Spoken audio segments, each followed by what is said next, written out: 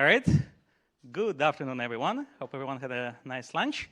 It is my immense pleasure to welcome here Jonathan Protzenko as an invited speaker for this afternoon. So I've been following Jonathan's research for more than a decade. I'm a big fan, and I've had the pleasure to attend one of his first talks at ICFP 2013 in Boston on Mezzo, the programming language of the future.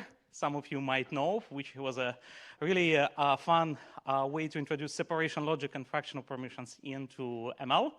So since then, Jonathan spent almost a decade at Microsoft Research Redmond, recently moved into Microsoft Azure Research, and his work has spanned a number of practical applications of programming language and verification technology in applications to authentication protocols, cryptography, low-level code, and more. And today, Jonathan is going to give an overview of his efforts. So please, the floor is yours.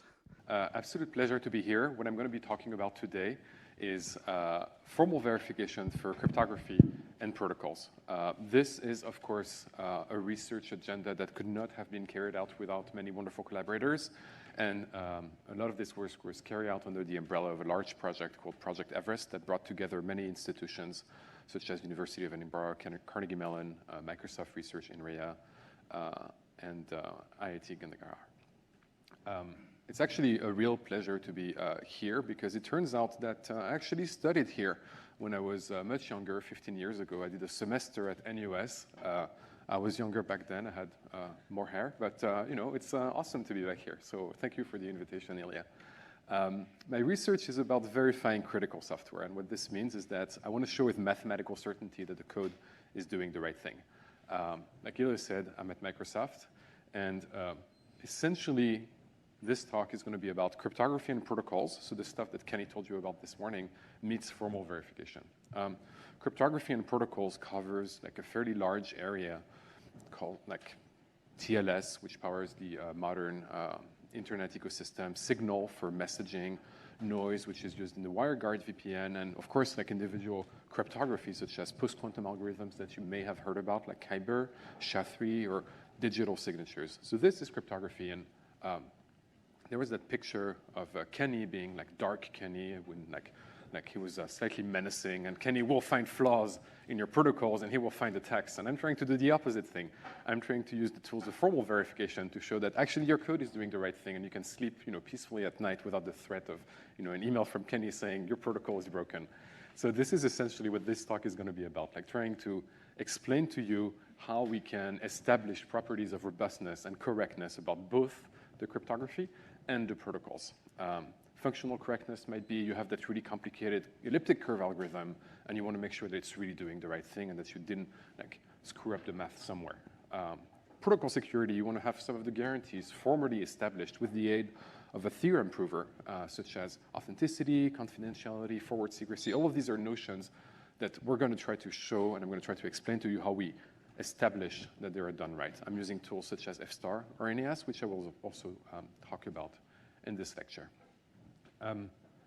A lot of what I'm going to talk about has made it into real-world software, and it's also one of the goals of this lecture to convince you that a lot of these are very interesting problems that can allow you to have an impact on the real world. I'm particularly excited about the recent addition of some of our code into Python, which is used by a lot of developers, Linux, Firefox, and all of that really is what gets me excited about this research, that it can have an impact on everyday software.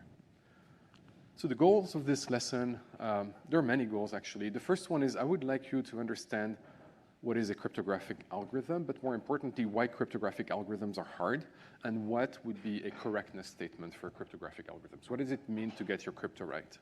I will also provide some background on protocols, and I might go a little fast there because Kenny actually covered a bunch this morning, but I also want to convey the complexity of a modern cryptographic protocol, and importantly, tell you how to think about security properties of a protocol, how you go about proving them. And then in parts 3 and 4, we'll kind of get quite hands-on, and I will show you on examples how we actually do the work of proving the correctness theorem, such as this cryptographic algorithm is doing the right thing. The last part will be more like hands-on research, and we'll cover how to connect these things to efficient, low-level implementations of the kind that make it into mainstream software, like I was talking about. I should also make it clear that there are many other projects in this space. It's a very rich research area. I'm happy to delve into the pros and cons of each respective project after the talk, maybe during the break. But I'll try to mention as much related research as I can throughout this talk. I may have too many slides, so I'm counting on Ilya to kind of pry the mic away from me or to interrupt me if I overrun. I have until 2:20. Okay, thank you.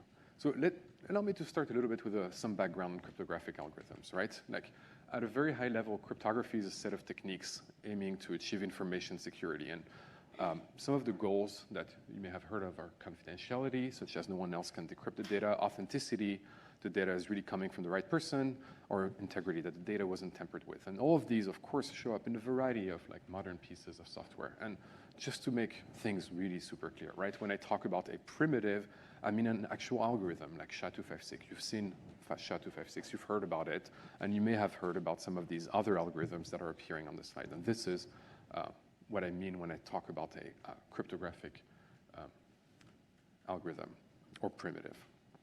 But oftentimes there's a mathematical notion, and this is like where I'm trying to get, right? Like these things do not come out of the blue. There is a mathematical structure that underlies the primitive and that kind of justifies why it was done one way or another. You may have an elliptic curve. We talked about this week. You may have a polynomial field. You may have S-boxes and Merkle-Damgard constructions. All of these things have a lot of structure, so it's not like they're coming out of nowhere. You are supposed to meet some expectations and to do the math right if you want to make sure that your crypto is doing the right thing. And for instance, if you open up the Wikipedia page for curve 25519, there's a big definition with a fair amount of math, and that is the mathematical notion that underpins your cryptographic algorithm. And cryptographers, cryptologists study the mathematical properties of these primitives, and maybe they will find attacks on these, such as finding out that your stream cipher is not as secure as you thought it would be, or maybe they will do the opposite and establish a mathematical proof that maybe there is a security bound on that particular primitive, and that in that case you can trust that the primitive provides you with the expected security.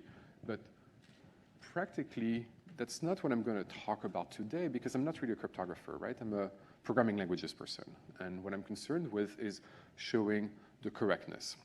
And so if you think of crypto primitives practically, all of these things are kind of the job of the cryptographer, whether we need faster algorithms or like whether designing new cryptographic algorithms is not kind of what I'm concerned about today. What my concern today is how to think of it practically as someone who wants to implement them and how to do it right. So there are a variety of techniques to show that a given cryptographic algorithm is really performing its intended function, but today we're going to focus more from the user perspective. And what I mean by that is that you're looking actually at an RFC. If I want to write a cryptographic algorithm, if I want to write a new implementation of, say, X25519, which is the algorithm from curve 25519, well, I'm not going to look at the Wikipedia definition. I'm not going to look at like the equation of the curve. What I'm going to look at is this thing on the right, which is one of the internet RFCs, and that tells me here's what you need to do very concretely if you want to implement this algorithm. And this is really boiled down from the three-liner that was on Wikipedia. Like it's kind of detailed to the point that you could actually like fire up a Python editor and actually implement this because it's giving you a blueprint. And you might think that this is an acceptable implementation, and you could write this, but it would be very slow, right? This is a reference pseudocode implementation that gives you kind of a hint about how you should do it. But in practice, a lot of people spend a lot of time kind of optimizing these implementations. And that's where it gets interesting, because people will write many, many variants of that algorithm with a lot of tricks to speed things up. Still talking about the example of curve 25519, some people at some point, like these guys, had the fastest curve. And of course you want to be fast, right? Because this powers your internet connection. This is one of the important parts of, say, a key exchange somewhere, and you really can't afford to waste some server time performing like big computations when you might be serving other connections. It's the bottom line of a big business. You need to be fast. And so people have that sort of arms race in cryptography where they try to write ever faster implementations. And people go great lengths. Like they start using like different implementations based on the exact generation of processor that you want to run on. They start using special Intel instructions that propagate the carry one way or another, and suddenly you find yourself with 12 different implementations in OpenSSL of the same algorithm, depending on whether you're in a Haswell or a Broadwell Intel microarchitecture. And this is where things get tricky, because suddenly it's not even clear anymore that you're doing the right thing. Just to make things like super clear, this is what it looks like from a practical standpoint, right? Like you have a C implementation, you have a client who wants to call it, and you, as a person who is using the cryptographic library, are asking the question, is this even doing the right thing? How do I know that this big pile of C code is going to correctly compute the curve 25519 algorithm? And in an ideal world, well, you should have that guarantee, right? You should have a guarantee that you are dealing with the correct primitive. And that's a really important guarantee because you don't want the security of your whole crypto system to shatter, right? If your primitives are incorrect, then everything else is off the table and all of the other guarantees collapse. And so how do you establish that this crazy implementation that we talked about that may be optimized for a specific processor revision is actually correct with regards to the RFC pseudocode? And furthermore, how do you even establish that what you saw in the RFC is actually correct with regards to the Wikipedia definition? So you can see that even though there's a concise definition of what the structure ought to be in math land, in practice, there's a really big distance between what you run on your actual computer and what the thing is supposed to do. And the question, the research question that I'm asking is, how can you establish with mathematical certainties that these two steps that I call proofs by refinement are correct, that they hold? Like, how can you show a theorem that says this is really doing the same thing as this, which is in turn doing the same thing as this? And you could do it with pen and paper, or as I and my collaborators do, we could do it with the aid of a theorem prover. And the reason why I'm insisting on this is that actually things are not like that. Things are really bad, right? You do get errors in those primitives a lot. You do get kind of catastrophic mistakes about forgetting to propagate a carry, or maybe you have a reduction somewhere that's missing. There are a variety of reasons why you may actually trip yourself while you try to implement all of that complicated cryptography. And it's actually not surprising, right? Like, as I was saying, there are many, many reasons why these things are broken. For one thing, like, these things are written in extremely low-level languages. They're written in C, they're written in assembly because people are chasing the absolute latest performance.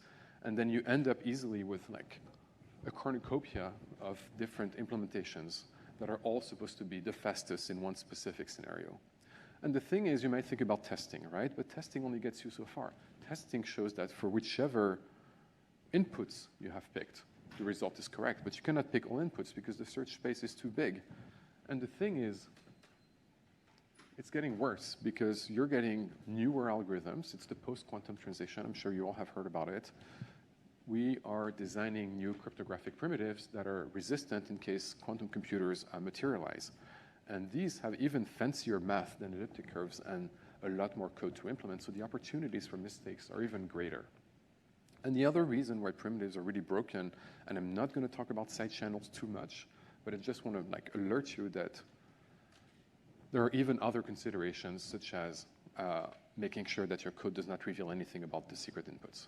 Your code may be timing dependent, your code may be memory access dependent, cache dependent. You've all heard about Spectre and Meltdown, but ultimately what it boils down to is that initially people were thinking that computers were like the von Neumann architecture, right? Like you have a processor, memory, bandwidth between the two, and everything lives in a vacuum. But you don't live in a vacuum. The reality is that you have speculation, out-of-order execution, and a whole range of other mechanisms that mean that the machine is not nearly as simple as you thought it was.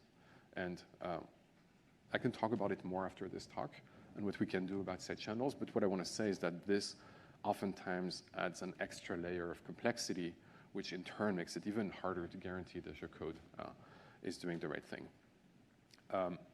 One particular post-quantum algorithm that I recently looked at is Kyber.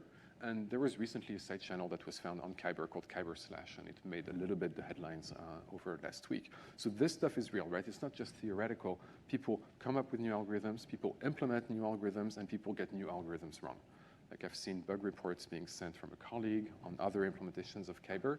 So really my message here is this stuff is genuinely intrinsically difficult, and there's really a case to be made to use the strongest possible ways we have to establish correctness. And so what can one do about this? You can choose your primitives wisely, but that's easier said than done. There is some research about designing better primitives that lend themselves easier to implementation, that have less complexity. It's known that Curve 25519 might be easier to implement than P384, for instance. But even then, it only gets you so far. What you can do is, one, formally verify your algorithms, and that's going to be part 3 of this lecture. And then what you can do as well is, once you have formally verified your implementation strategy, you can actually write it in Rust to make sure that it gets safe memory use, and then connect it to the rest of your proofs of functional correctness. So that's going to be part 4 of this lecture. And the true research challenge is that you need to do all of this without impacting performance, user experience, or ease of integration, because otherwise people are not going to be adopting your code. So that's where the research challenge is. And what I want to talk about next is that life would be good if the only problem was cryptographic primitives, but there's also the matter of cryptographic protocols that build upon primitives. And there you also have a very real set of challenges. We talked about it this morning, but just to quickly recap, like primitives are building blocks of cryptography, right? They provide a given functionality, such as Diffie-Hellman, computing key agreement between 2 parties, or encryption, or key derivation. Given input key material, we generate new pseudo random keys. But what you want to do in real life is combine all of these individual building blocks into a protocol, and the protocol will allow you to establish a secure channel between 2 parties. And so to give you kind of a sense of how a given protocol is kind of crafted, I want to focus on an example, which is a protocol from WireGuard. WireGuard is a VPN software. It's been added to the Linux kernel, so it's an actual real-world use case. And there's a lot of steps that are required to do a protocol. So now I'm going to spend a little more time explaining to you how this specific example protocol works, because I'm going to be using this as a case study later on to show what kind of correctness statement you want to prove about this protocol. The way to read this is as follows. You have, this is a description of a handshake between 2 parties, and it essentially allows you to exchange key material between the 2 parties so as to eventually derive a shared secret that can then be used to send and receive encrypted data. On the left, you have the initiator. On the right, you have the responder. Each line describes one direction where you send one message, and once you reach the end, you are able to send data D2, D3. You can also send data earlier in D0, D1. The way to read this is a very concise description of the protocol that allows you to essentially describe how things are supposed to work. There are various kinds of keys. The first key here, the S, is a static key that is pre-shared between the initiator and the responder. This is established out of band. You are connecting, you're the initiator, you're connecting to your VPN server, and you have somehow the static key of your VPN server on your side. Compared to the initial protocol that we saw this morning, there's a lot more complexity here, such as the use of static and ephemeral keys, the derivation of various shared secrets. You do multiple rounds of Diffie-Hellman and key derivations, and the use of early data that may or may not be as secure as you think it is. So all of this kind of poses a host of challenges. Are you doing enough? How can you convince yourself that this particular sequence of operations, and I'm going to get to it in greater detail, but my point is this is highly non-trivial, right? There's ephemeral and static keys. There's a series of Diffie-Hellman operations. There are a variety of messages. There's early data. How do you even precisely and in mathematical language state what it means for this to be secure? And that's the question that I'm going to try to answer for you. Right. The interesting bit is that actually this is a very dynamic system. As you make your progress through the handshake, you keep deriving more and more keys. And as you do all of these Diffie-Hellman operations and move your way through the various lines that represent the messages in one direction or another, you are increasing the level of security of your protocol. And this allows you to have encryption secrets and a chained key that will be used to encrypt the data from one party to another, and that chained key is evolving throughout each one of the steps of the protocol. Right. One way to think about D0 and D1 is that they're kind of akin to early data in TLS. There's a feature in TLS that allows you to send early data that comes with fewer guarantees, such as the lack of forward secrecy, and this is kind of similar to this. It allows you to send early data in D0 and D1 with the understanding that D0 and D1 are not as secure as D2, which is not as secure as D3. Let's now take a look in a greater level of detail as to what happens in a real-world protocol. Like, what is the exact sequence of operations? Initially,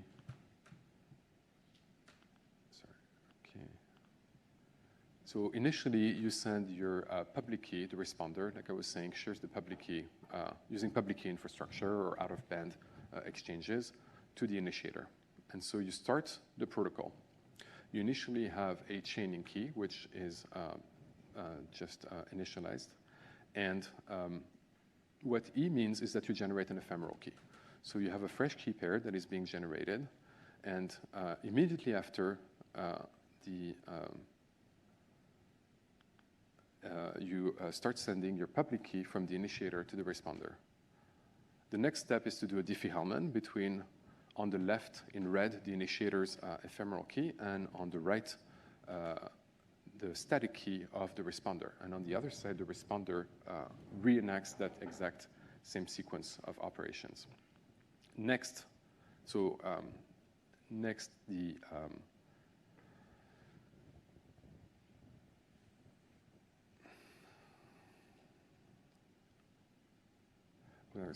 Next, the Diffie-Hellman 0, the shared secret, is being established and shared between both parties, the initiator and the responder. And you essentially continue to make your way through the protocol, repeating these operations and generating a whole lot of other static keys as you continue to make progress. So for instance, the next step, once you have established that shared secret DH0, you obtain a new chaining key, CK1, and a new symmetric encryption key, which you may be using, and then you keep doing these operations with more secrets, and this time you have a Diffie-Hellman between the static keys of the initiator and the responder. And you keep doing all of these operations, and you keep exchanging keys, and essentially your chaining key gets fed through the various steps of the protocol until you reach the end of the handshake, at which point you have a symmetric key that you can use to exchange messages at the desired level of security. And my point is, this is a whole lot of steps, right? Like, all of this involves a fair amount of Diffie-Hellman operations. All of this involves a fair amount of key generation, key derivations, hash mixing, and all of these steps. And when you see this, it's very hard to make a convincing case with a lot of strength that you do have the expected security level. Like, you could argue, like, oh, I'm generating an ephemeral key here, so that's going to give me forward secrecy, which is fine, but how do you do this in a not hand-wavy manner? And that's essentially what I'm trying to do. And there's a lot more than just a sequence of messages, right? Like, when you try to implement this, and when you try to write code that implements a handshake like IKPSK2, there's a variety of subcomponents that you have to write. You have to implement the peer management, so that means that you have some data structures to remember your list of peers and what are their public keys. You have to implement key validation. You have to implement long-term key storage.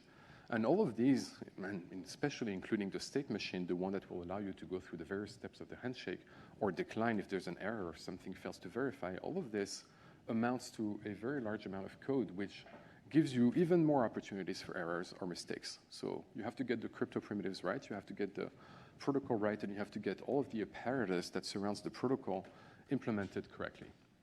And so compared to primitives, a protocol represents an additional level of complexity. It is a long-lived piece of code. Messages are exchange over time. It requires a lot more components to implement: a state machine, API, parsing of formats, data structures, and it demands that additional properties be proven, such as forward secrecy or confidentiality or authenticity. So there's like even more opportunities to get things wrong. And of course, things do get wrong, right? There's an entire RFC dedicating to listing the well-known TLS attacks. SSH was recently in the news. There are many vulnerabilities on other kinds of protocols like Bluetooth and LTE. And my point is we need the aid of proof assistance and automated theorem proving to establish that the things are indeed as secure as we think they are.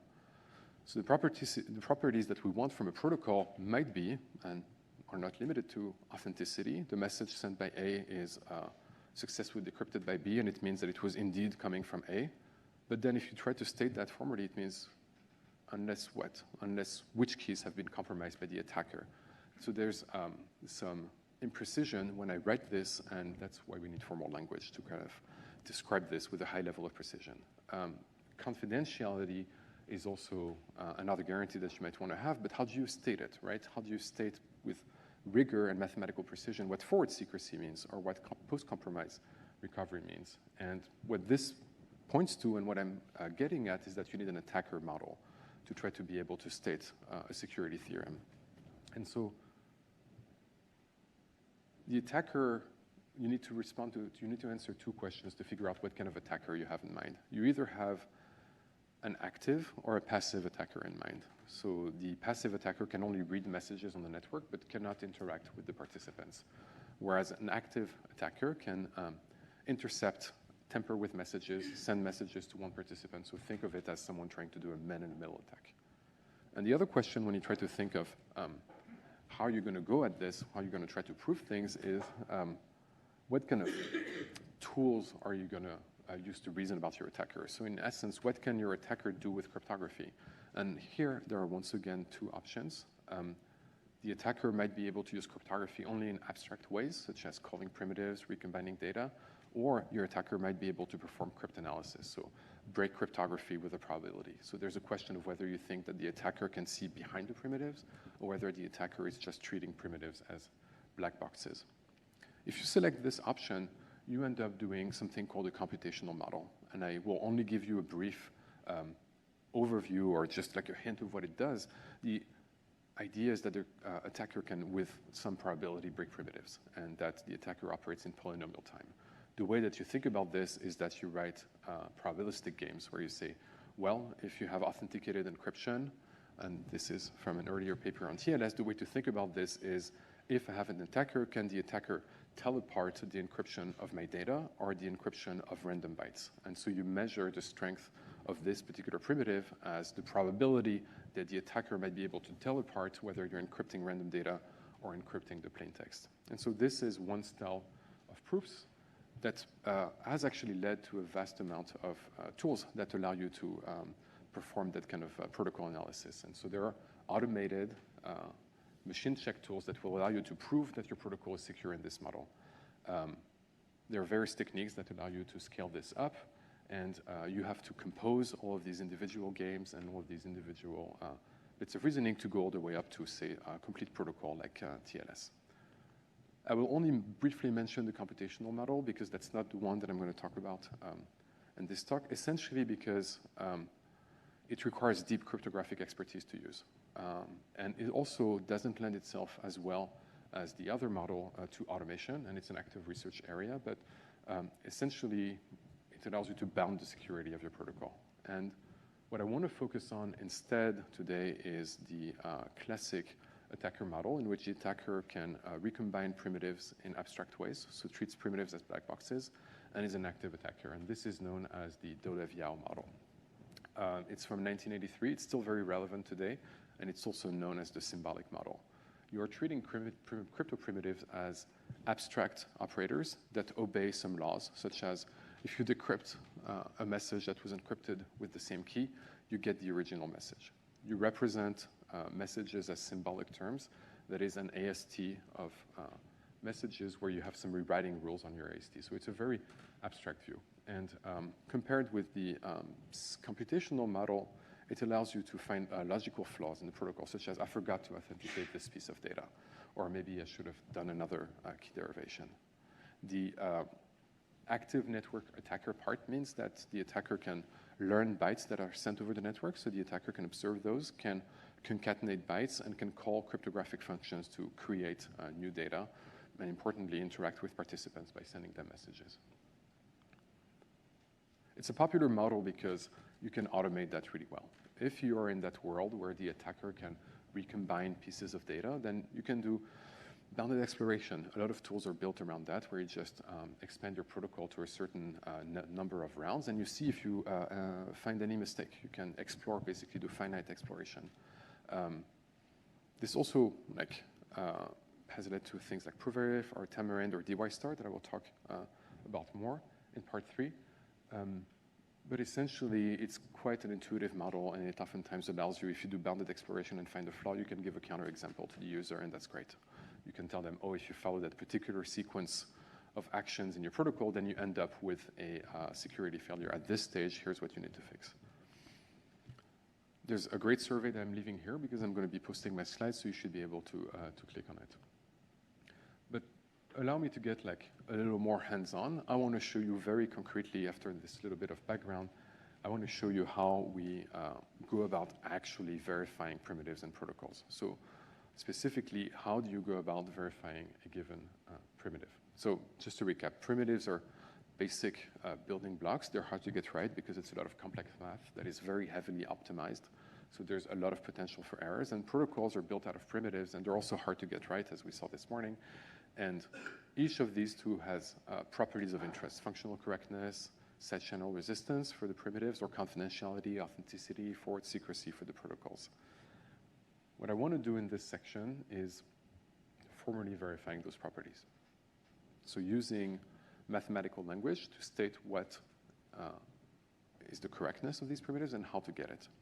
And so I'm going to just do a very brief recap on formal verification. I assume that you are familiar, but formal verification in a nutshell is the idea that you can prove properties about your code using a proof assistant. So it's a very bothersome piece of software. You try to explain why the proof is right, and the software says, oh, have you thought about the case where x equals 0? And you say, oh, right, here's a justification why this theorem holds in this case. And what's important is that it establishes the theorem all of the time for any of the inputs. So in that way, formal verification differs from testing or model checking. And I'm sure that you've heard about some of the proof assistants that I mentioned here, such as Coq, Lean, Isabelle, F-star, each with different theories or different pros and cons. And large pieces of code have been proven correct. So this is a technology that is now at the level of readiness where it can be used for actual critical software, such as compilers, OSs, cryptographic libraries, protocol, and so on. And so the new frontier is verifying code that is not only correct, but also that is implemented in a real-world language and that is also fast. And you have people, like several people have been working over the past few years on verifying those things. And here's an example. This is a really nice paper from maybe 10 years ago now, and it does actually both steps of this kind of diagram that I had earlier. It shows in blue that the implementation is correct with the RFC, and it shows in orange, and that's the part that I have highlighted here, it shows that the RFC pseudocode actually implements the scalar multiplication on the curve, so that the math is correct.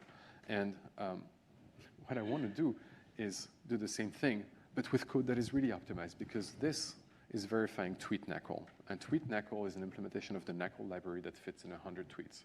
So it sacrifices efficiency for conciseness, which makes it quite simple and easy to verify. But if you want to verify code that is used by practitioners, you have to focus on code that is at a greater level of complexity and that has all of the optimizations that I talked about.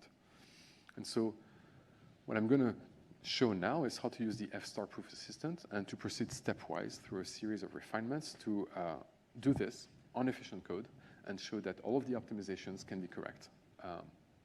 I'm going to generalize this into something that in general shows that an optimization is correct with regards to a specification, which in turn is correct with regards to a property of interest. And I'm going to start with primitives, and I'm going to move on to protocols. In this case, I'm going to start by focusing on the primitives. And in this case, the specification will be the RFC pseudocode. Oh, yeah, Kenny. Sorry, just before you go there, I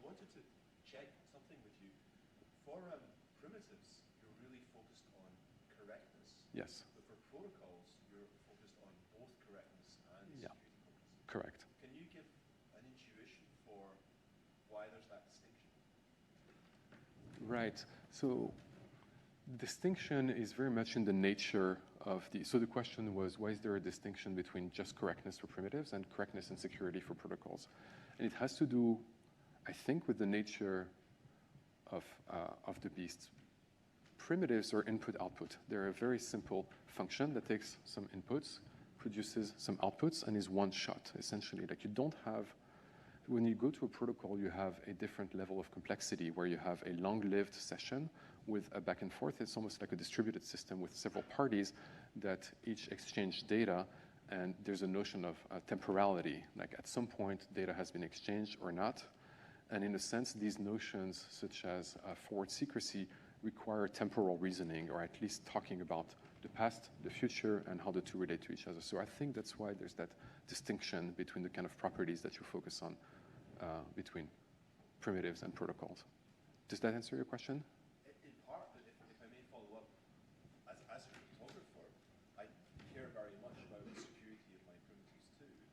Right. Just their correctness. And I will do security proofs for those primitives. For example, an AED scheme built from an encryption algorithm. Sure. That scheme, and I prove something about its multi-user security, blah, blah, blah, blah, and that will actually be quite a long, complicated 20 steps. Sure. That's not within the remit of That- this kind of approach. This is kind of out of scope because, to be blunt, it doesn't work super well with the approaches that I'm going to describe. And I think that's a bunch of what we did for TLS, where we built a lot of like game-based reasoning, and that was not super. That worked, but it never scaled to the level of efficiency and kind of ease of use that I would like. So that's why I'm not going to talk about it too much today. I think we don't know yet, in my opinion, how to be super productive with formal verification of the kind of properties that you described on the primitives themselves. So to me, that's still like an open research question, how to do it really well. And what Computational model anyway. That would hit the computational model if you absolutely, and you can do computational model in F-star, you can, but having worked on it, I don't think it will scale well. I don't think it will lend itself to an easy explanation here, and I don't think in practice it is what you want to do. I would strongly recommend using a dedicated tool for now. Like, I don't know, just fire up cryptography or something if you want to do those kinds of proof. I still think that's the best way to go about it, to use like a dedicated tool for those kinds of proofs. Yeah, okay. Any other questions? Maybe just a clarification about the attack model that you mentioned. Mm-hmm. So will it be the case that the attack model will be implemented, maybe this technical point, implemented by having the attacker process and also assume some temporal properties? So it's Yeah. right? Yeah, we're going to see that like in the coming section. We're going to see how you model the attacker as and how you model a trace of events, and you have a notion of visibility of data, and if anything becomes public, then it means that the attacker has had access to it. So we're going to get into greater detail. And you will tell a little bit about the logics in which Yes. Yeah. I will get into greater detail. I can go back to Ken's question. I think that basically the notion is that you have a specification of something and you have an implementation. Yes. You want to show that the implementation is correct with respect to the specification. Mm-hmm. So the distinction between correctness and security, I think, is kind of blurry. Correctness in your case means that a single primitive is correct with respect to a specification. Mm-hmm. In the case of the protocol, you have the protocol, which is a more complex. It's Mm-hmm. just as a single primitive. The whole process, the whole complex thing is correct with respect to the protocol specification. And to do that, you need correctness of the primitive. Sure. But you also want to do. It's just correct. Well, I would say it's just correctness. But then on top of that, you want to show that the protocol specification exhibits the security properties that you care about. And for that, it's a different kind of game. Specified in some formal notation, right? No? I wouldn't call it a specification in this case.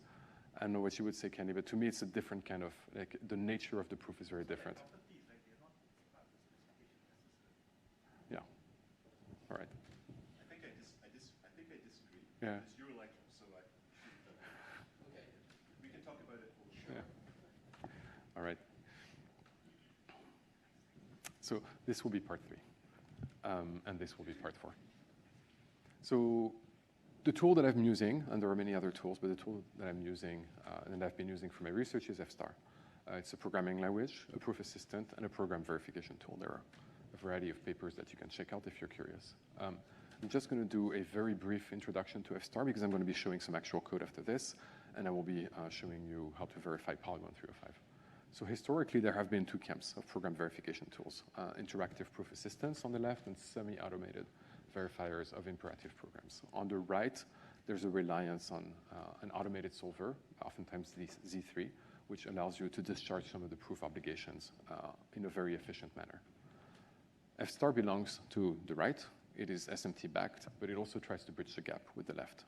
So FSTAR is a functional programming language with effects, kind of like OCaml, Haskell, and it compiles to OCaml, and a subset of it also compiles to C.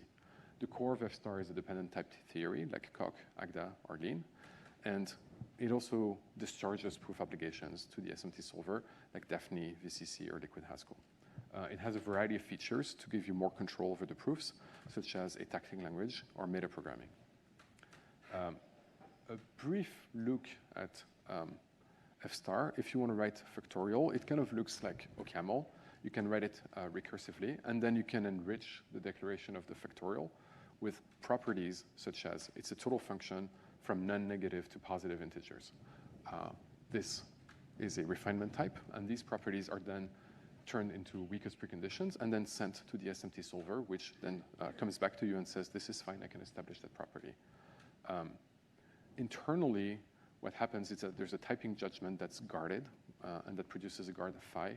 Whenever you compute type checking, you're also computing a logical obligation that is then encoded and sent to the SMT solver. If the SMT solver comes back and says yes, then your typing judgment is sound, and you know that factorial returns a non-zero positive integer. FSTAR supports a variety of features, recursive functions, inductive data types, lambdas, but essentially the workhorse of it is the refinement types, where you add type annotations, which, as I said, give rise to logical obligations that are discharged by SMT, and furthermore eliminated by subtyping. I wanted to do a quick demo just to give you a look and feel of how this looks like in real life. So I'm going to try to switch to mirroring mode. And right. Can people see? Yes. So essentially, this is a live FSTAR session. I can define, if I want, the type of positive numbers to be those natural numbers that are strictly greater than 0. And I can prove something that says that a positive number, if I multiply it by itself, also gives you a positive number. That little delay was the logical obligation being computed, being sent to the SMT solver, and the fact that it came back blue in my editor shows that the SMT solver agreed with me and was happy with that statement. I can also do things like disable some features of the SMT solver because I think it's going to give me a more reliable proof. And in that case, I can also call a manual lemma myself that says that a positive times a positive is also a positive. And in that case, you don't need the SMT solver, and everything is type checked with the addition of the manual call to the lemma. If you were to do something silly, like if you were to write that you have h, which takes a natural number and returns to you a positive number, and you just do x times x, the SLP solver comes back to me and says that it cannot prove the thing. And that's because it's not right. If n equals 0, then this is not true. So this is the essence of interactive program verification, or SMT-based program verification. And this is essentially what my life looks like, right, when I'm trying to prove some of these things. On the right, you have a much greater, more complicated proof obligation that relates to Polygon 305. You don't need to look at it, but my point is the little tiny toy methodology on the left scales up to the things you see on the right. Going back to the slides now. Okay.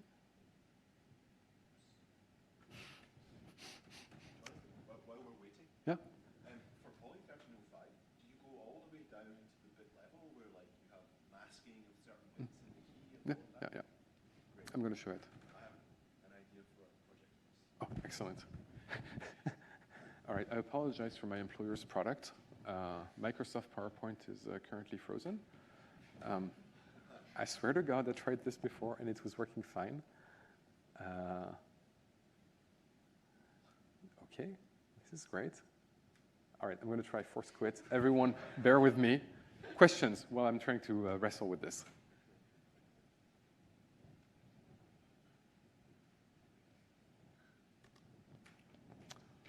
Yes? So, can we use this in the opposite direction and break? And what, sorry? So, you could assume that I know certain bits of key Mm-hmm. and try to use this to break. Because you do have the SMT solver there. You could. That's not. That would be a different usage of the SMT solver. Direct break will not work, but we could explore this space. So that would be a different usage of the SMT solver. And then, of course, you could use the SMT solver for something like this. But that's not what I do, and it's not like the focus of this talk. But we should talk about it later. All right, I'm saved. Thank you for your patience. I apologize for that. I want to get more concrete now and show you how to do it for Poly 1305. It's a primitive from around 2005. It's a message authentication code. Essentially, the inputs are a key and a message, and it computes an authentication code. It has a mathematical basis, and the implementation is defined in an RFC. So that's exactly what I was telling you about. Optimized implementation, RFC, mathematical construction. The math is rather, it's not super complicated. That's why I picked it. It's actually just a finite field of characteristic 2 to the 130th minus 5, hence the name. And the computation of the MAC is essentially the evaluation of a polynomial in that field, where the coefficients of the polynomial are the message bytes, and the point at which you evaluate it is 1/2 of the key. It's easy to implement because most modern processors can do 128-bit arithmetic very effectively, and so you actually split your message along a 16 bytes boundary, which fits on 128 bits. So this is something that has been carefully crafted to give you an efficient implementation strategy. This is something that we've talked about at length in multiple papers, and some of these slides actually contain excerpts from Marina Polubova's dissertation, who worked on this a lot with me. The way that you evaluate this polynomial is that you evaluate it block by block using Horner's method. It's just silly. It says that you can repeatedly process one bit of the message multiplied by r and then another bit. So it's in a sequence of additions and multiplications. The way that you're going to model this in F star is that you're going to write your mathematical specification. You're going to do it in a very concrete manner. You're going to say, here's my prime. A field element is a natural number that is strictly less than the prime. Addition and multiplication are modulo that prime. And the core loop of Poly 1305 MAC, and I have elided some things, but the core loop, the one that does Horner's method, is just a repetition for every block where you do the core operation that does the addition and the multiplication. So you can essentially see that this is an encoding in F star of the operation that is just above. Chunk the message into blocks, and for every block, you do the addition followed by the multiplication. As I said before, this needs to be fast. And the way to make this fast is not to use a big num library, but actually to use an optimized specific implementation for this particular problem. So the way that people implement this is that they use what's known as a radix 2 to the 26th representation. So an element of Poly 1305 is actually going to be represented as 5 64-bit unsigned integers. That's too much space. You could have used just 3 of them, right? But it turns out that there's going to be a lot of implementation optimizations that can be performed on this particular representation. So in this case, what you do is that you decompose, and you have that all of these elements, all of these limbs, are each multiplied by 226, 226 times 2, times 3, times 4, and this is your representation of the field element. This is a very nice diagram, and this one is like talking about how to implement the multiplication. You essentially like the textbook algorithm. Like this is like elementary school stuff, except that you're now operating on limbs instead of operating on digits. And all you do is that you essentially do the textbook algorithm, and then there's an interesting property which is listed here, which is that once you've done that multiplication, 2 to the 1/30th is actually congruent to 5 modulo p. And so what this means is that you can actually rearrange your terms because modulo and addition commute. And then you have the factor 5 that appears here. And then all of that can be added together in an efficient manner and then modulo reduced. And this is stuff that you're going to have to prove correct. And that's not just it. There are more optimizations, right? The idea behind this representation, the reason why people pick this representation is that you have extra padding space, right? If you're only using 26 bits over a 32-bit integer, then you have some space that is left. And you can see here that C0 all the way to C4 are pretty full. That's the blue part. There's like a lot of space that's used, but there's still some space that remains. And so when you do your optimized implementation, people will do things such as skipping the final reduction step and not go back to the normal form, which is the one where you only have 26 useful bits per limb, and leave intermediary representations to skip expensive modular reductions. And that's where it gets difficult to verify because you have a fair amount of optimizations. You get OpenSSL vulnerabilities this way. So the thing that we want to do now is establish a proof infrastructure that is going to be able to connect the orange box to the green box, right? The green box is the mathematical construction that we saw earlier on slide 53. And the orange box now is going to try to encode and describe all of this in a way that we can show is correct with regards to the green box. So a thing that I want to point out already is that when I showed you the original specification in green, I was using mathematical integers.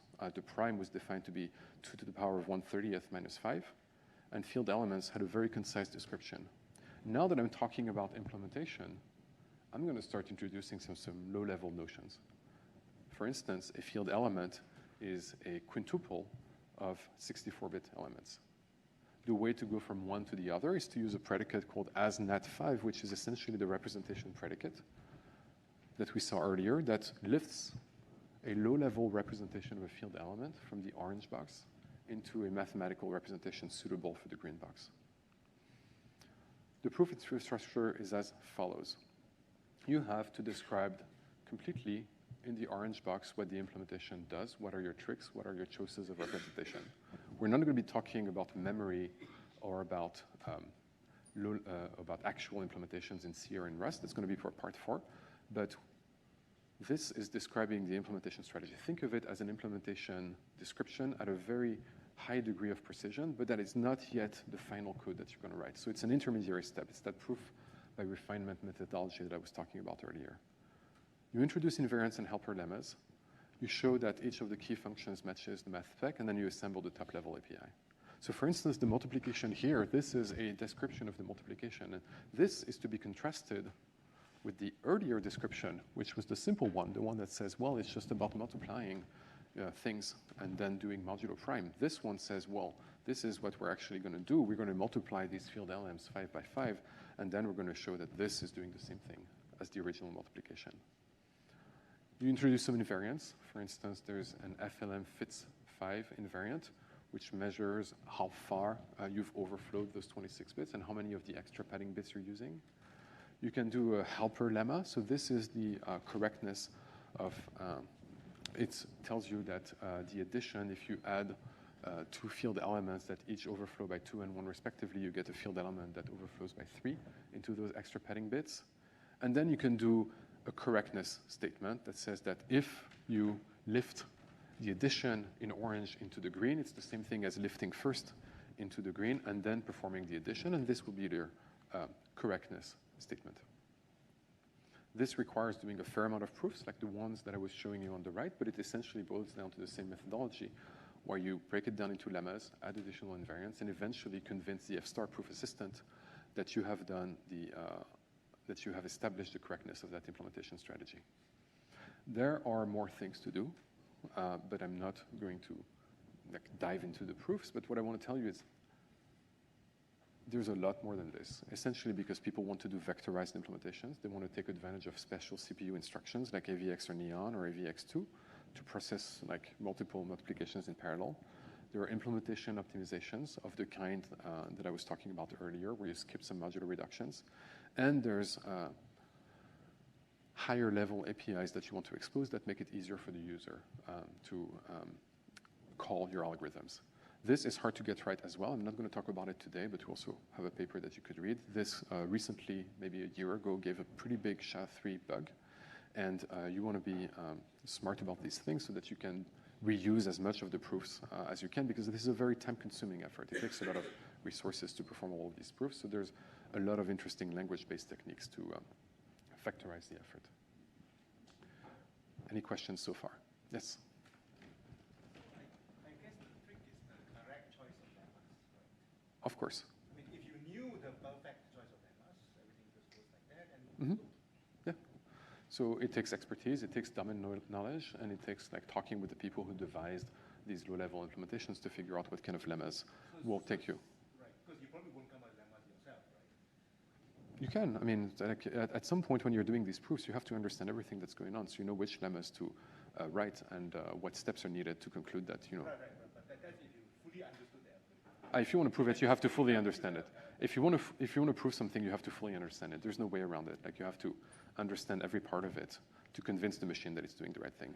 Because they should already have some proof of it, right? Just maybe not. Depends. Like, sometimes it's just a comment like, oh, there are, I don't need to modular reduce here, and I think I can skip the modular reduction because there are enough like padding bits left. And sometimes the comment is wrong.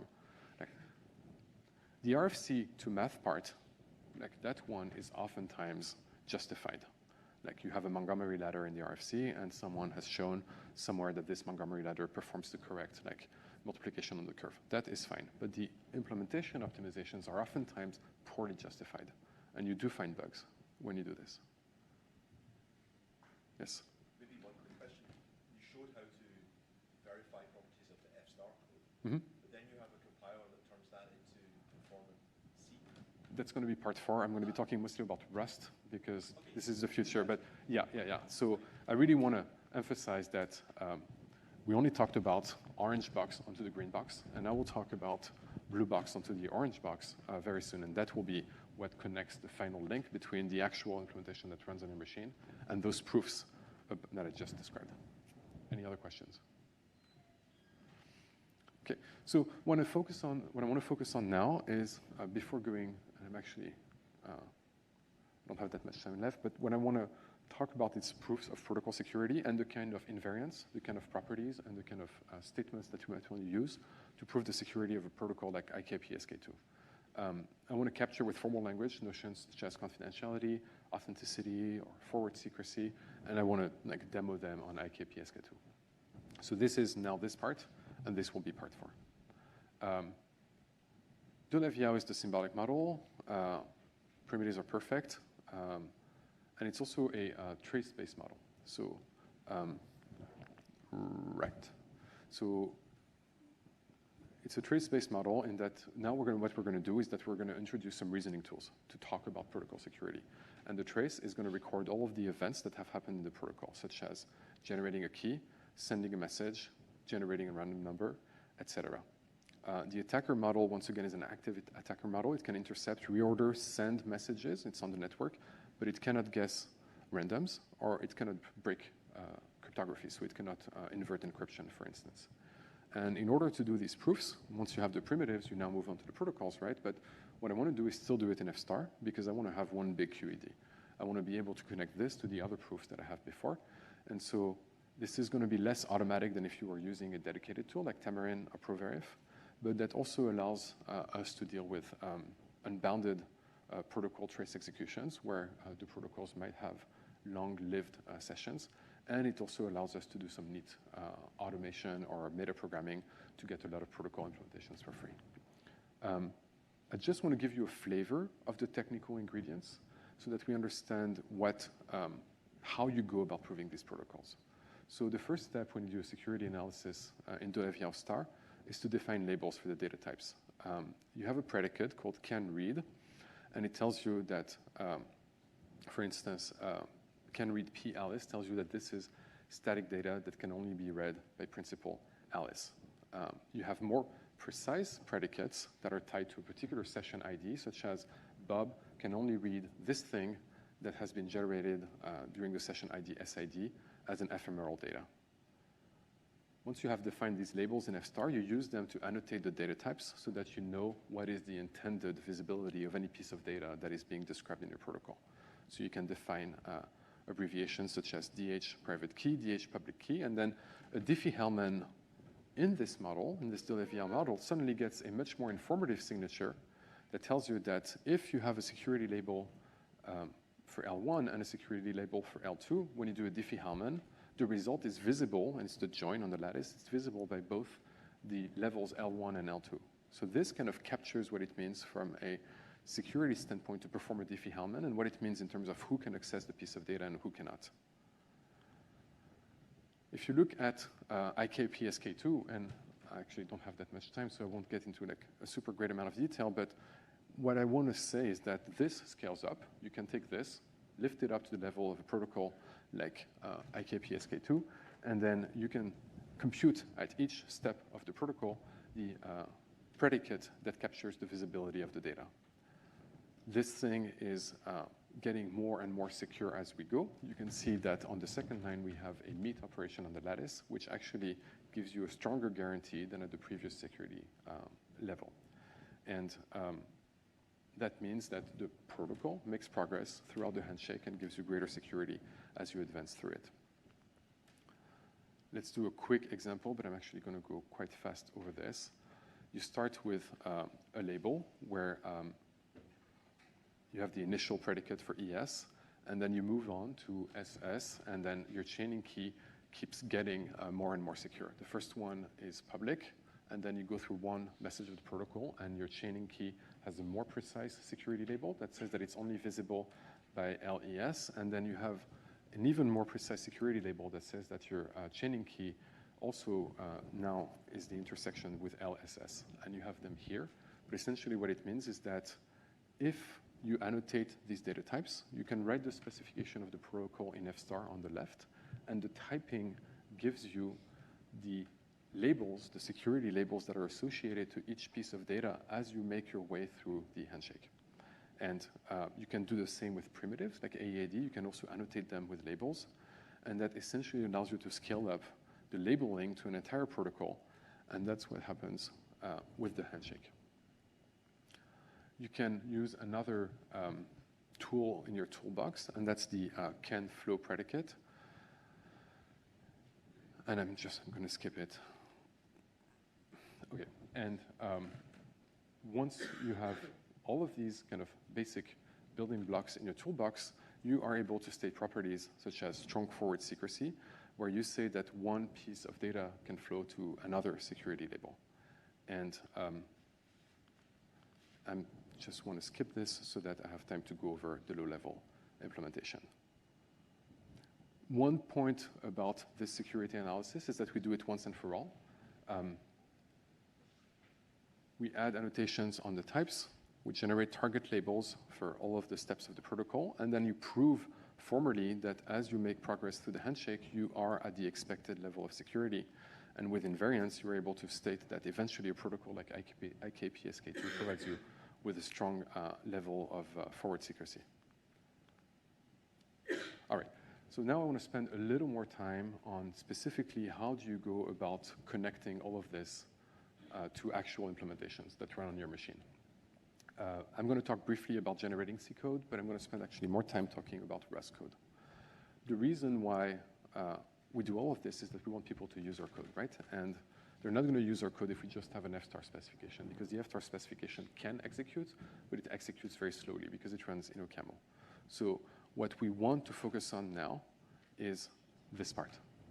We want to focus on the optimized implementation and how it relates to the RFC pseudocode. What we did before, and I'm just going to spend a tiny bit of time on this, is that we were using an embedded language within F-star, so a subset of F-star that compiled to C. It was called low-star for low-level F-star. The idea is quite simple. You have a special set of operators. You have a special set of data types. You have a special set of functions, and all of these are eligible for compilation to C. As long as you stay within that subset, there's a special compiler called Caramel that will compile your low-star code to C. If you want to do a super optimized implementation of multiplying by 9, you might decide that If you want to generate efficient code, you're going to shift by 3 and then add once, and that's a multiplication by 9. If you add the extra precondition that the thing fits, then you are eligible for compilation to C, where the special compiler will produce C code. You can do the same thing for more complicated things. This is an excerpt from Cha-Cha-20, and you still get C code out of it. So that's the methodology that we've been using, and that's actually what gave Hacklestar, the verified cryptographic library that has a lot of cryptographic algorithms, and that compiles entirely to C. But we've had problems with C.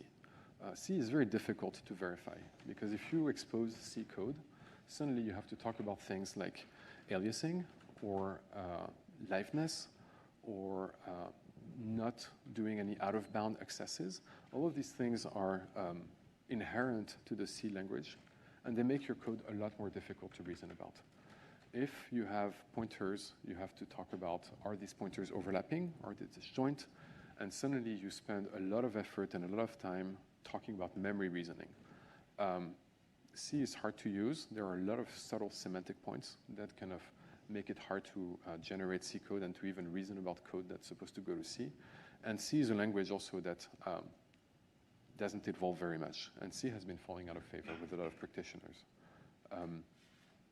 And our shallow embedding of C in F star, called low star, had also kind of issues, such as compiling from F star to C gives you code that is kind of okay and mostly readable, but still doesn't exactly look like code that someone would have written by hand.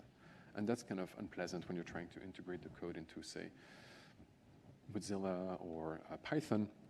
Your code doesn't look like code that someone has written, and that makes people uncomfortable. Another issue with that approach, where we embed C into F star, is that we inherit some of the design choices of the host language, F star in that case. F star is based on references, and C is based on actual memory blocks with potentially flat arrays within structs. And there's a mismatch between these two worlds that makes it hard to verify idiomatic C code that may have, say, an array within a struct. And of course, like I mentioned, like arbitrary aliasing is just hell. And where I'm getting with this is that Rust is getting very popular. There's a Stack Overflow developer survey, and it's been consistently ranked #1 in terms of the language that people use. And so, well, quick detour, the bottom of the list is COBOL and MATLAB. Everyone hates those, but that shouldn't come as a big surprise. I should have modified this slide to say 2024, but no, I was working on these slides actually before the new year, so that's why there's 2023. 2024, I think, is the year of verified Rust. There's an explosion of projects, and a lot of research groups are working on Rust and trying to establish properties about Rust code. And so for the final part of this talk, I want to show you how to connect that crypto primitive and crypto protocol verification to Rust using a new tool developed with my student, Sean Ho, called NAS. And the idea behind NAS is that we're going to translate Rust programs into an F star pure equivalent, which will then allow us to connect those last two boxes, the blue box and the orange box, on the diagram. Let's look at an example to give you a flavor of the translation, and then I will wrap up and leave time for questions. This is a choose function that takes a Boolean, 2 pointers in C, and if it's B, returns either the first one or the second one. The caller of choose is on the bottom left. It, in this case, chooses true, so that means it chooses to modify X. But what happens is that you don't know that it's modifying X because you're modifying Z, and Z is either X or Y, and from the perspective of the caller, you can't really tell what's happening. It's actually a pretty non-trivial argument to explain why, once you're done with Z, you can observe that X is now mutated and contains 2, and that Y is still the same and contains 1. So this is like typically the kind of stuff that's really hard to reason about, because if you're in C, you don't know whether X and Y are the same. So what does it mean? You need to require that X and Y be non-aliased. You also need to add a bunch of preconditions that say X and Y are not dangling or not null. And suddenly you find yourself like paying a lot of overhead for a very simple function, which should be really like easy to reason about. And the reason why X is modified and contains 2 afterwards is because X and Z are actually aliases. And when you modify Z, in reality, you're modifying X. And in Rust, that is much, much easier to write, right? In Rust, you can write the same function, but even though it's superficially identical, it contains a lot more information. It contains, for instance, the fact that X and Y are not the same. They're not overlapping. So there's no way you can like modify one and touch the other. They're actually disjoint.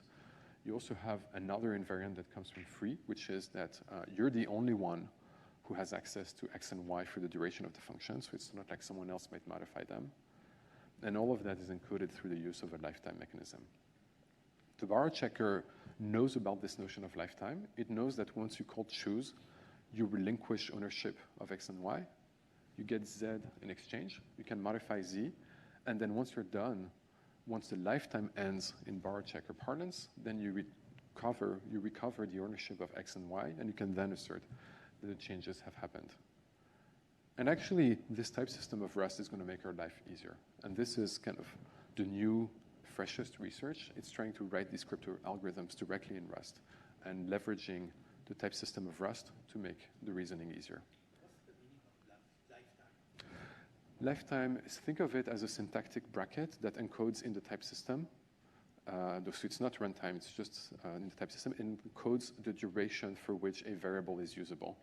And once the lifetime is over, the variable is no longer usable. So here, the lifetime A ends, which means that Z is no longer available. And in exchange, you can talk about X and Y again. So essentially what Rust is doing is trying to prevent you from shooting yourself in the foot by manipulating aliases and not being aware that there are aliases to your data. There's a vast design space. A lot of people are SMT-based, and that allows you to have like high degrees of automation. The particular design choice, and I can go over that maybe during the break, the particular design choice that we're exploring is going into a pure executable model that can go into a more manual interactive theorem prover like Coq, Isabelle, Hole, or Lean, and that doesn't leverage the SMT solver as much. How does the translation work? I'm going to demo it on this example. Initially, you might be tempted to translate this as a purely, like a very simple choose function that does exactly the same thing as choose on the left, but does it in F star. So left is Rust, right is F star, and we're trying to translate the Rust program into an equivalent F star program.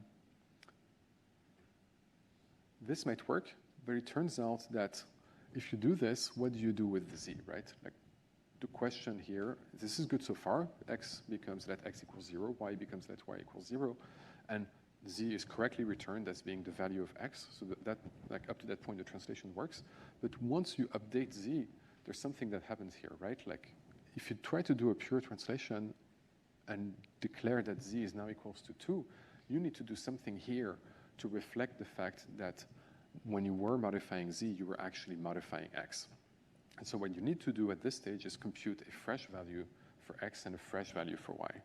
And actually, you know that in this particular case, it turns out that once you're done with Z, Z becomes X. So you can do a pure functional translation where X becomes actually Z and Y remains unchanged.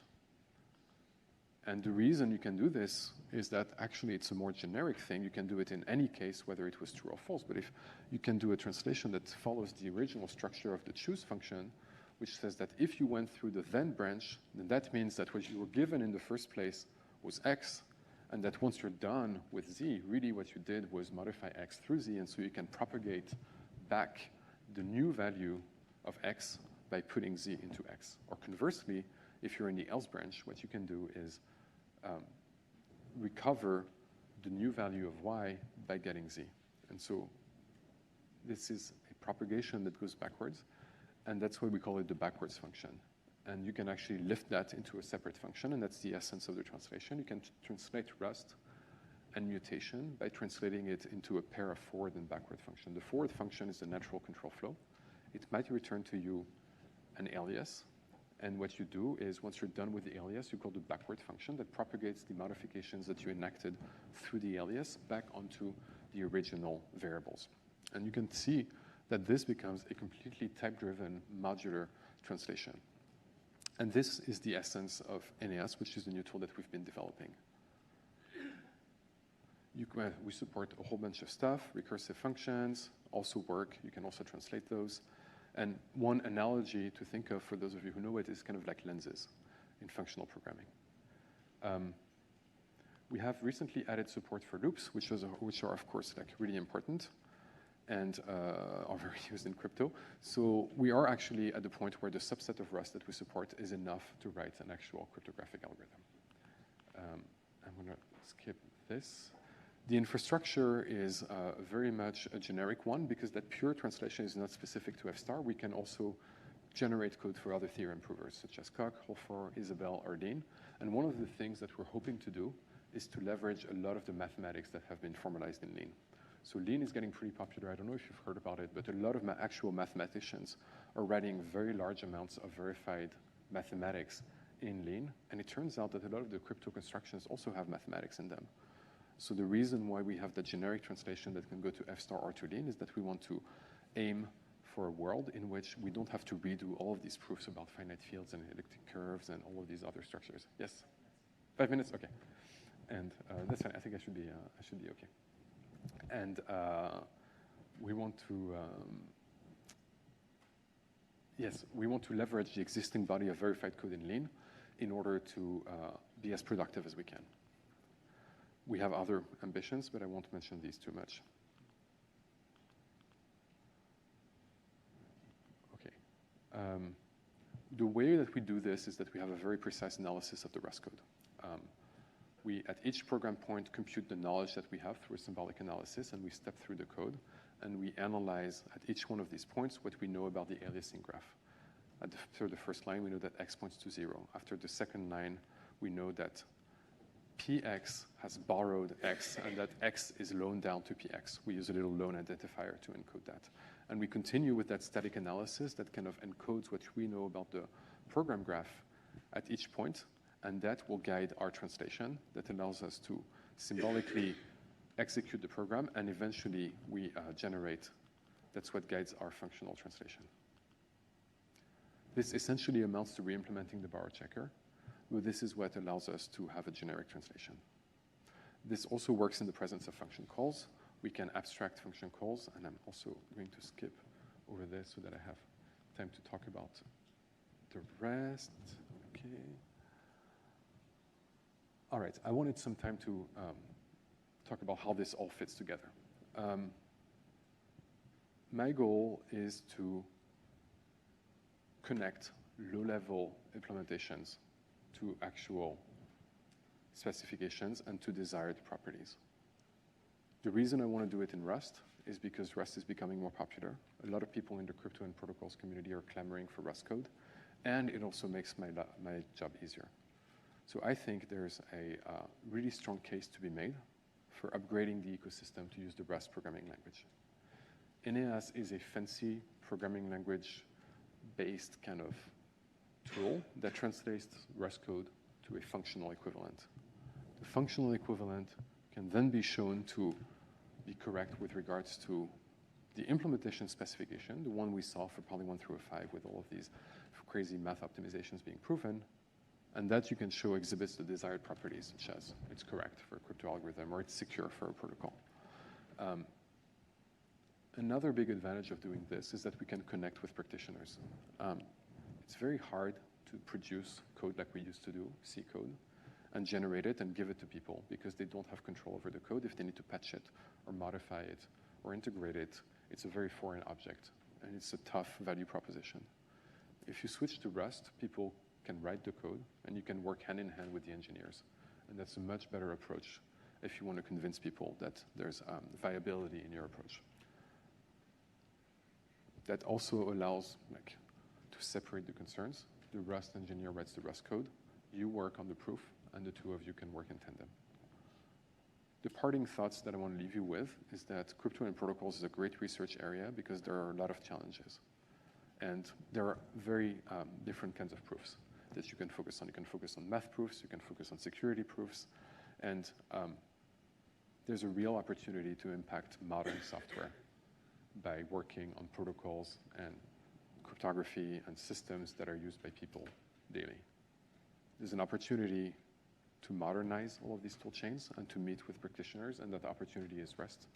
And I believe it will allow those results to be used even more easily if they come through the form of Rust code. And with that, I actually have time for questions. Thank you.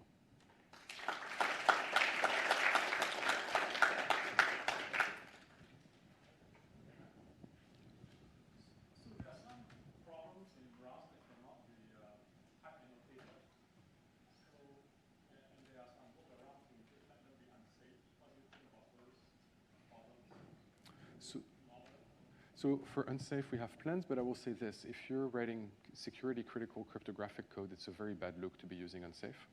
So the kind of programs that we're looking at are generally going very great lengths to avoid unsafe. There are plans in the making, and I can talk about those with you for unsafe, like especially for things that are just about array bounds, for instance. These can be easily handled. But in cryptography, if you're using unsafe, I would say it's a pretty big red flag. So cryptographic code tends to generally avoid the use of unsafe. Would you, for example, consider using some other logics to handle it? Yes, so for unsafe, our plan is to switch to different logics, so either a separation logic or a kind of iris-based style of logic to show that your unsafe code preserves the Rust's type checker invariance and therefore is correct with regards to an equivalent that is not written using unsafe. That would be the ambition. One more question. Of course. How does say, F-star compare with liquid passive function? I think it gives you more control. You have the ability to call manual. It gives you more control. You can call manual lemmas. You can go into tactics mode, and generally, I think it comes with a greater range of to prove. It's just you can just prove things with greater flexibility. Okay.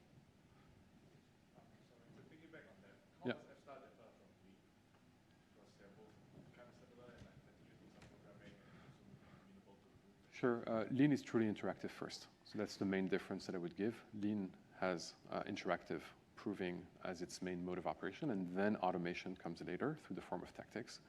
F-star is much more monolithic. So in F-star, you get a top-level function, and it gets encoded to a weakest precondition in a very monolithic fashion. And what that means is that it's much harder to perform like surgical proofs, where you drop in the middle of a function, and then you inspect like one particular thing, and then you work on it live, as you would do in a Coq or Lean. So it's a very different style and flavor of proving, because the SMT solver is still very much like centric. And there are other like design choices, right? Like F-star uses effects, and there's an effect system in F-star where you can write stateful code that uses effects, and those get encoded with different weakest preconditions to the SMT solver. So that's also kind of different design choices. But yeah, I would say really the main difference to think of is SMT-based monolithic versus interactive tactics. Yeah.